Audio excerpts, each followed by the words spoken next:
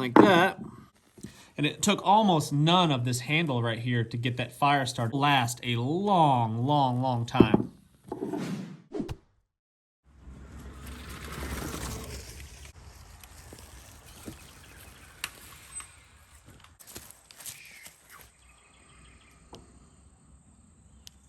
Hello friends, welcome back. I am Jason. Let's talk long-term survival. I have heard of stories in war zones where people have ran out of very normal everyday supplies. Like the example that I'm talking about in this video is going to be a lighter.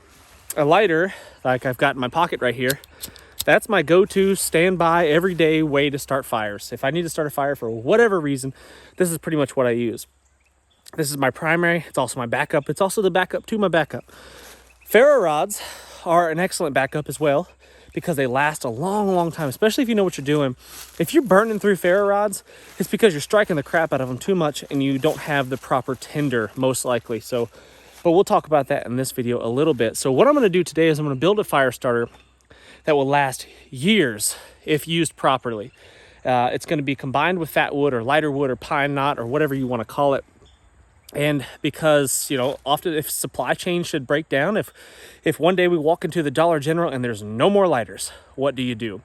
Look, oftentimes something like this right here, this is a stump sticking out of the ground right here that's been there for a long, long time. And it's there, and it's still there because it is impregnated with all the resin from the pine tree, which is extremely flammable. So let's see if we can get that out of the ground.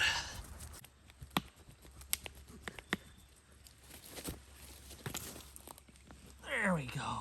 That's what I'm talking about. So this is just one example. And what I can do to test it, just to see and confirm that it's what I'm looking for, is just kind of cut into it a little bit. Yeah. That looks like some good stuff right there. And you can tell by the color, hopefully you can see this, that really rich amber color. Oh yeah, and you smell it. It's got that really strong pine turpentine smell. This is going to be some good stuff right there. So what I can do probably is I'm just going to cut through about halfway through this. Actually, I'll leave it whole and then I'll take it back to my barn and work on it there. Sometimes you'll find it looking like this, and these knots there, you can oftentimes break off like that. That's pine knot right there. That is an actual pine knot sticking a branch that came out of the pine tree. It's still there because of all that resin. You can throw them on a wet weather fire if it's struggling, and this will blaze up really, really fast. And a piece like this size, will burn a long time.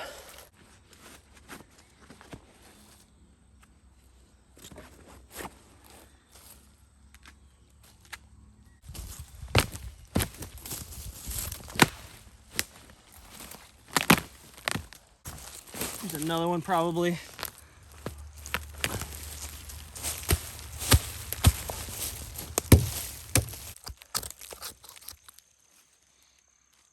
Yeah, I think this is going to be a good one. We'll go ahead and take that chunk back with us as well.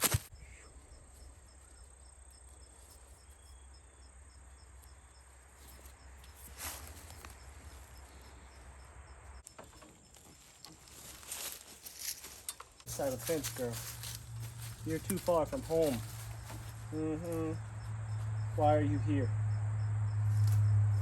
You're not supposed to be here. She likes to... Maggie's fence, electric fence, has been down for a little while and she's getting wise to it. She likes to chase cars on the road, which is not good. She wonders why they're trespassing on her turf. Don't you, girl? Don't you, girl?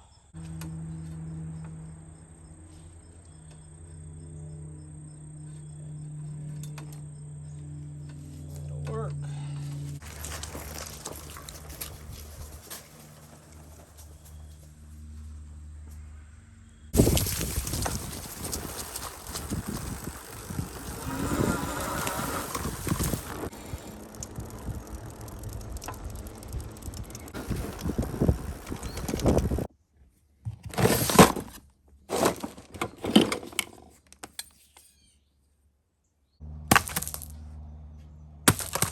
Right, first thing we got to do is get these big chunks of fatwood chopped up into usable pieces so we can make a handle that is also our tinder source, flame extender source for this ferro rod.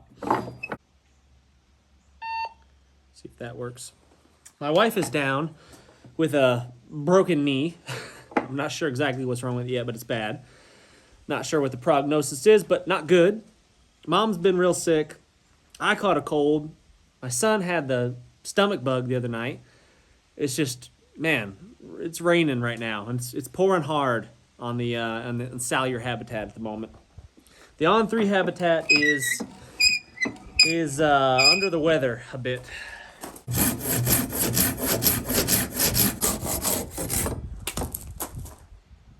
Yeah, not bad. It's not quite the rich color that I'm looking for in this piece. It would work for sure. So you see that right there? It's definitely got a lot of resin in it, but it's not that deep color that I'm looking for. I'll show you. Let me show you a piece that I'm talking about. There's a big chunk that I found last year, and you see that really rich color? This I've been chipping away at and just using to start fires with around the house. And it's really heavy and dense. That tells me it's got a lot of resin in it. And that's what I'm looking for. This one's heavy and dense as well. I think if I cut into it a little bit further, I'll find a better spot.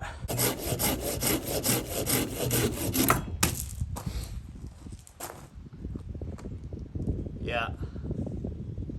That's a little better. See that? That's more the color that I'm looking for.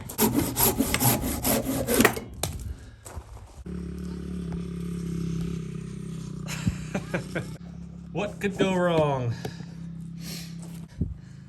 So now what I want to do is I just want to kind of split this down and get rid of some of the rotten outer bits and get down to the core that I'm going to use for a handle.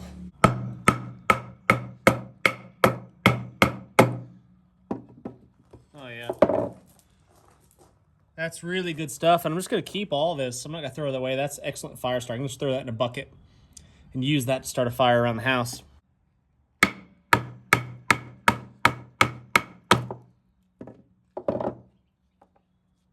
So now what we're left with is this knotty, nasty chunk of resin impregnated wood, fatwood, pine knot, whatever you want to call it. Sometimes you can get into this stuff and it can be much, much easier to split down. It won't be so knotty. It'll split really easily and give you this really nice to work with piece of fatwood. But this one's a real chunker. And all this will go in our fire starting bucket. You know what? This is too knotty for a handle. I want to find a piece that's a little bit easier to work with and it'll be easier to split pieces off for when you're using it for a fire starter in the field. This is fine around the house and stuff, but I want to find a better piece. We're going to take a chunk of this really primo piece here that I found last year. And we're going to cut that up.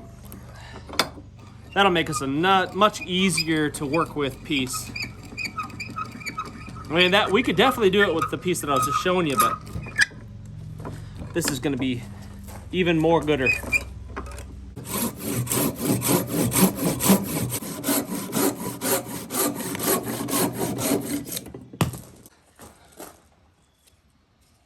That's going to be much easier to work with.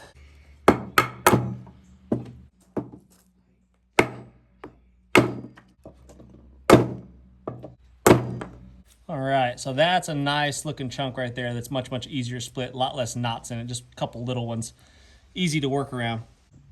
In case you were wondering how long a piece of fatwood like this one, this isn't even the best chunk, but it's decent enough. How long will it burn? I'll show you.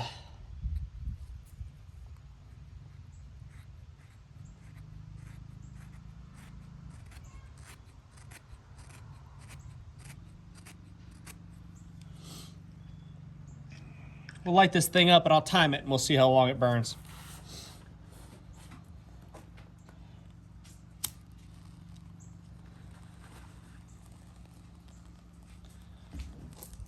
Put it down here. Put it down here out of the wind and I'll just keep an eye on it and let it burn. All right, so now we're just gonna clean this up a little bit, round it off, make it a little bit better handle, easier to work with. I'll just use my knife for that. Doesn't have to be pretty. But if you're going to put this is a big, hunky, chunky thing. You may not want to carry this around in a pack or something like that, but keeping it in your truck or just around the house. And like I said, if you're thinking long-term type survival, you could light hundreds of fires with a fire starter like this one that we're making right now. Just keeping it around the house would be a smart option. Use your lighters. Use them while you got them. Enjoy them. But also learn how to do this type of stuff. These long-term type things. These old-school type methods of getting your fires going. Because one day you might need it to heat your home. One day you might need it to cook your food. When life isn't quite as easy as it is now. Go make sure Mommy's radio is on channel 14. Okay. I haven't touched it. It's been burning for, that little piece has been burning for 6 minutes now. Spin around, let the heat climb up it a bit. So that's 6 minutes of burning right there, still going. It's been 9 minutes, still burning. Now we've got it basically to shape here. Oh, and by the way, I had to turn off my camera. That little chunk burned about 10 minutes, give or take. So a small little chunk of fat wood, light or not, burns for a long time. So now what we're gonna do is we're gonna put a hole into our piece of fat wood here, and we're gonna make a really awesome chunky handle. I only want to drill in about 1 inch, so I'm just gonna mark on my drill bit with a pencil about 1 inch in, and that'll be enough to hold securely the ferro rod into the handle. Just about 1 inch there, just marked around a little bit with a pencil, and that'll be enough for me to see.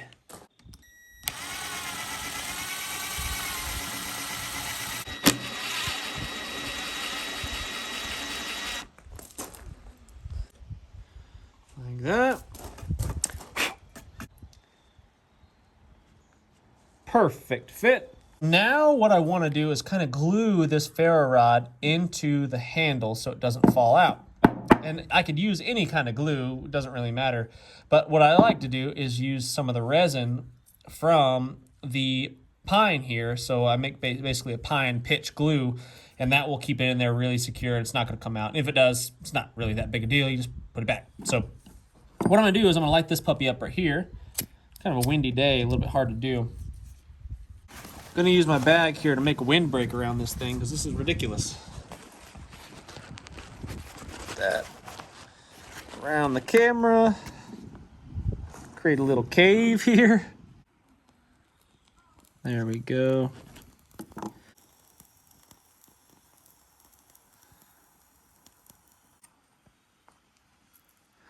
So just a little bit of resin on there, and then I'm going to cram it in to the handle like that.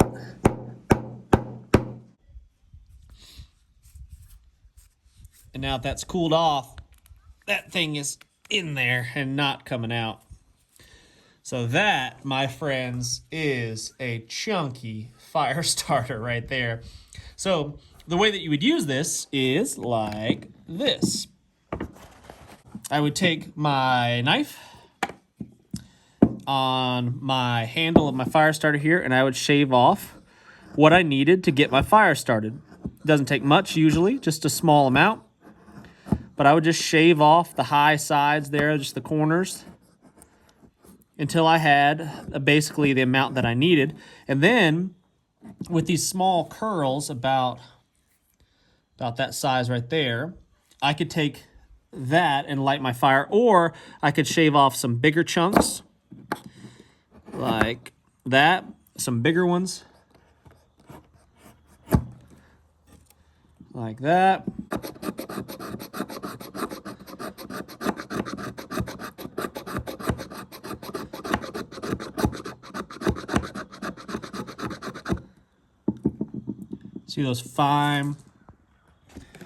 See those extra fine shavings right there? That's the part that I could ignite with my ferro rod.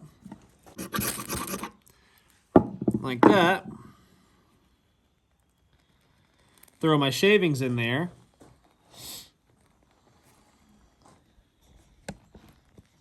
Any other little bitty ones that I've got. Just throw those on there gently. And it took almost none of this handle right here to get that fire started. And that's gonna burn for several minutes, getting any bigger size kindling pieces that I need to start my fire in my fireplace, or if I'm at camp or whatever. This will last a long, long, long time. Guys, I don't think we can assume that life is always going to be as easy as it is now. I don't think we can always assume that we're going to run out to the store at any given moment when our lighter stops working and buy a new one. We might have to resort to more long-term measures such as this. Not saying this is the only way, but it's definitely a solid way to get fires going that will last a long time. And these big ferro rods, this one was 5 inches long, I think, by 1/2 inch. I bought these for just a few dollars. They did not cost very much at all. And not much more than a lighter would. And it would last years and years probably of fire starting. Where you stick this on the mantle next to the fireplace, next to your wood stove, whatever, and it would last a long, long time. But hope you appreciate these kind of videos, guys. I hope you enjoyed this how-to little video here. Leave comments, tell us what you think. Will your 100 pack of lighters that you have last forever? Is this unnecessary? I don't know. Give me your thoughts, give me your opinions, and I cannot wait to see you on the next one.